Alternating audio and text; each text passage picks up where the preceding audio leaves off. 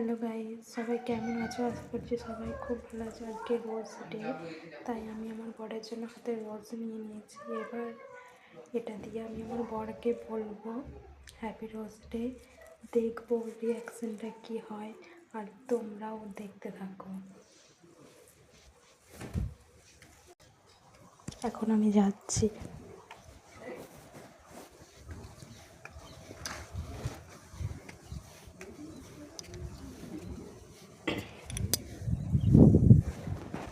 কই গো?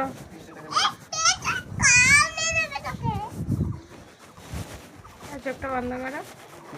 দেখছি দাদু, চোখটা বন্ধ করো না।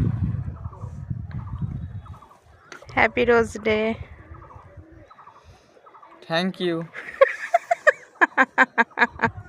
এরকম করে বললে কেন? হ্যাঁ, তো ফোন করছি, কাটে দিয়েছ।